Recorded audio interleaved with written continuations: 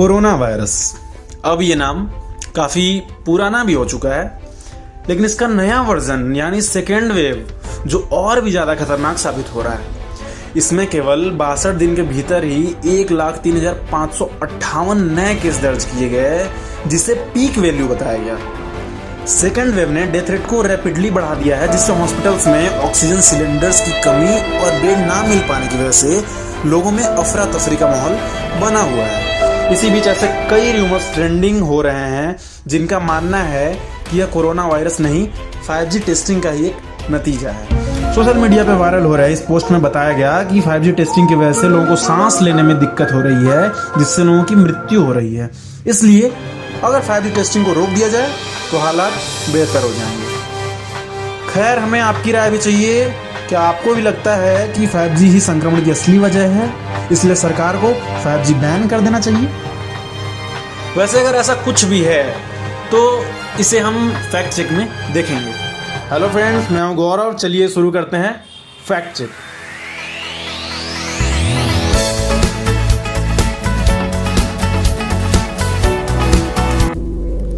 भारत में 5G परीक्षण infographic में कहा गया कि 5G परीक्षण से होने वाले रेडिएशन ने मनुष्य को उसी तरह से प्रभावित करा है जैसे 4G की रेडिएशन ने पक्षियों को प्रभावित किया था, जो उनकी मृत्यु का कारण भी बना। कोरोना वायरस महामारी की दूसरी लहर भी 5G टेस्टिंग का ही नतीजा है। यही नहीं, इससे पहले भी सोशल मीडिया पर ऐसे कई सारे वीडियो शेयर किए गए हैं जिनमें कोई वैज्ञानिक संबंध ना होने के बावजूद भी यूके के बर्मिंघम सिटी और मर्सेसाइड में लोगों ने कई 5G टावरों में आग लगा दिया।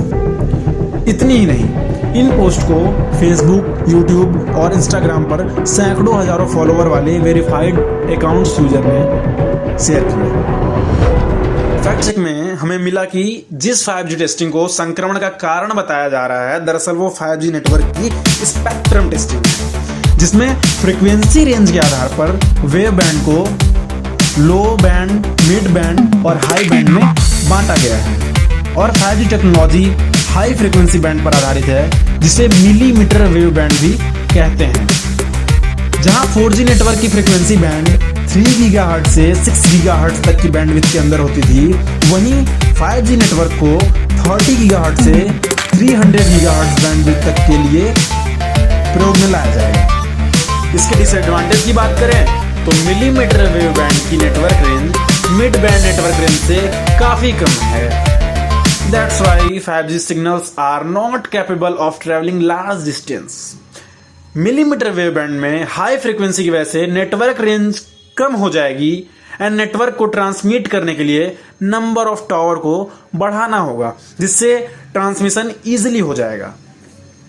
बात करें इसके रेडिएशन की तो 5G रेडियो वेव इतनी कैपेबल नहीं है जो आपके शरीर की कोशिकाओं को नुकसान पहुंचा सकें या वायरस को इंसान तक ट्रांसमिट कर सकें। 5G में उपयोग की जाने वाली रेडियो वेव्स 4G या 3G की तरह ही एक नॉन आयोनाइज्ड वेव है। और रही बात वायरस की, तो वायरस इंसान या जानवरों की कोशिकाओं में प्रवेश करते हैं, वहां खुद की संख्या बढ़ाते रहते हैं, जिसकी वजह इन्फेक्शन होता है। वायरस किसी लिविंग सेल के बाहर लंबे समय तक नहीं रह सकते। रिसर्च लेबोरेटरीज ने यह कहा कि कोरोना वायरस भी खांसी या छींक के बाद निकले ड्रॉपलेट्स के माध्यम से ही एक दूसरे तक फैल रहा है। ब्रिस्टल यूनिवर्सिटी में पेडियाट्रिक्स विभाग के प्रोफेसर एडम फिन के मुताबिक 5G तकनीक की मदद से वायरस को ट्रांसमिट करना असंभव है। एडम फिन बताते हैं कि कोरोना वायरस की मौजूदा महामारी में वायरस एक संक्रमित व्यक्ति से दूसरे व्यक्ति तक पहुंचता है। हालांकि किसी संक्रमित व्यक्ति के वायरस को लैब में बढ़ाया भी जा सकता है, लेकिन मोबाइल फोन और इंटरनेट कनेक्शन में काम आने वाले इलेक्ट्रोमैग्नेटिक वेव्स और वायरस दोनों अलग अलग चीज हैं। हालांकि कोरोना वायरस ब्रिटेन और ईरान के उन शहरों में भी फैल रहा है जहां अभी तक 5G तकनीक का इस्तेमाल शुरू भी नहीं हुआ।